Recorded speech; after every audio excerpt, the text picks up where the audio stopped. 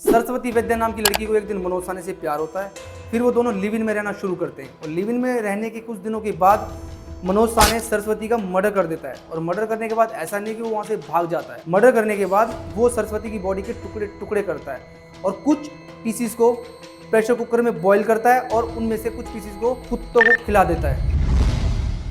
मनोज बचपन से ही अनाथ था। वो अपने चाचा मधुकर साहनी के साथ अहमदनगर में रहा करता था। 2008 को मनोज अपने चाचा का घर छोड़कर मुंबई आ गया काम की तलाश में। मनोज पढ़ा लिखा भी था। उसको ऐसा लगता था कि कोई ना कोई ढंग की नौकरी तो उसको मिल ही जाएगी, लेकिन लाख कोशिश करने के बाद भी उसको उसके हिसाब से नौकरी नहीं मिली। इसलिए वही बोरीवली में ही वो एक किराने की दुकान पर काम करना शुरू करता है और कुछ साल काम करके पैसे इकट्ठे करके मनोज वहीं बोरीवली में ही अपना एक फ्लैट खरीद लेता है। मनोज देखने में ना बहुत सीधा साधा था, लेकिन बातें करने में बहुत तेज होता है। उसकी दुकान पर आ रहे जितने भी कस्टमर है उनसे वो अच्छी खासी दोस्ती कर लेता था।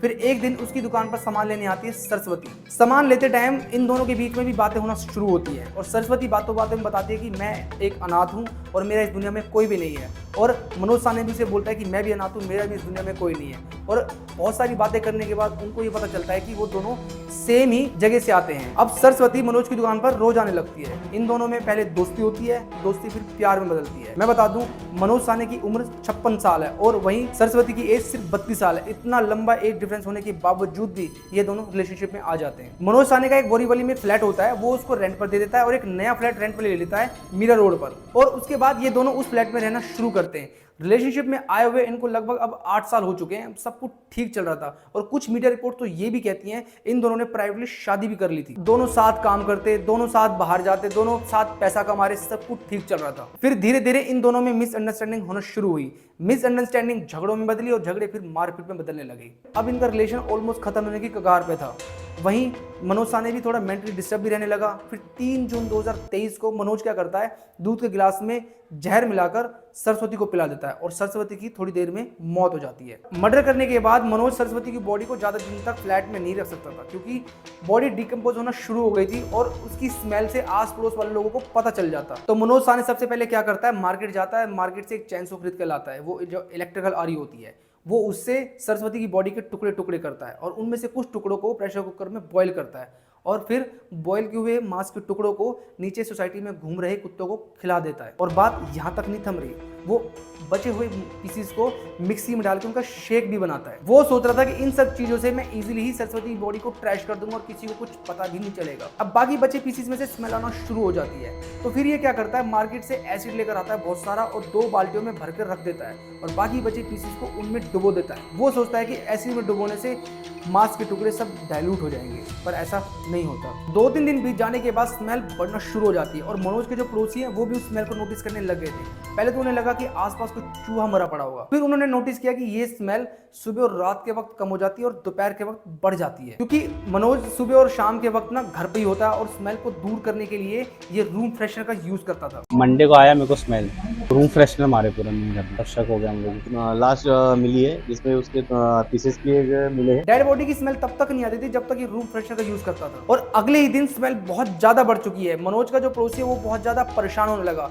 वो नीचे मनोज के फ्लैट के बाहर चेक करने के लिए आता है कि सचमुच में कोई चूहा मरा पड़ा है या कोई और जानवर। जैसे ही वो मनोज के रूम के बाहर आता है उसको स्मेल आना शुरू हो जाती है, वो भी बहुत ज्यादा। थोड़ी ही देर वो मनोज के फ्लैट के बाहर खड़े होकर सोचता है कि क्या करूं, नीचे गार्ड को बुला कर लाऊं या मैं खुद ही दरवाजे को नॉक करके अंदर जाके चेक करूं। फिर फाइनली उसने नॉक किया और अंदर से फुसफुस की आवाज आने लगी। उसको थोड़ा डाउट हुआ कि जैसे ही मैंने नॉक किया अंदर से रूम फ्रेशनर की आवाज आ गई। उसे लगा कि कोई ना कोई गड़बड़ तो जरूर है। जैसे ही मनोज साहनी दरवाजा ओपन करता है, एक भपका सा गंदी स्मेल का उसके मुंह पे आता है। उसे बहुत अजीब लगता है और वो मनोज को कहता है कि आपके घर के अंदर कोई चूहा या कोई जानवर मरा पड़ा है, जाके आप चेक करें, बहुत ज़्यादा स्मेल हो रखी है आसपास, और अगर आप कहो तो मैं आपके साथ चलता हूँ, अंदर चेक कर लेता हूँ। लेकिन मनोज उसे वहीं बाहर ही खड़ा कर देता है, कहता है कि मैं अभी बाहर जा रहा हूँ, शाम को जब घर वापस आऊँगा तब दोनों मिलकर अंदर चेक करेंगे। और वो डोर को लॉक करके वहां से चला जाता है। लेकिन जो उसका पड़ोसी होता है वो कहीं नहीं जाता, वो नीचे गार्ड को लेकर ऊपर आता है और उसको कहता है कि देखो चेक करो इसके रूम के बाहर कितनी ही गंदी स्मेल आ रही है। वो थोड़ी देर वहां खड़े होते हैं और उसके बाद वो पुलिस को कॉल करते हैं। और जब पुलिस मनोज के फ्लैट में घुसती है और देखती है अंदर खून ही खून पड़ा हुआ है, बेड पर एक पन्नी बिछी हुई जहाँ पर खून के धब्बे लगे हुए हैं। वो मंजर देखने लायक बिल्कुल भी नहीं था। तो उस वक्त फ्लैट में अफरा तफरी मच जाती है।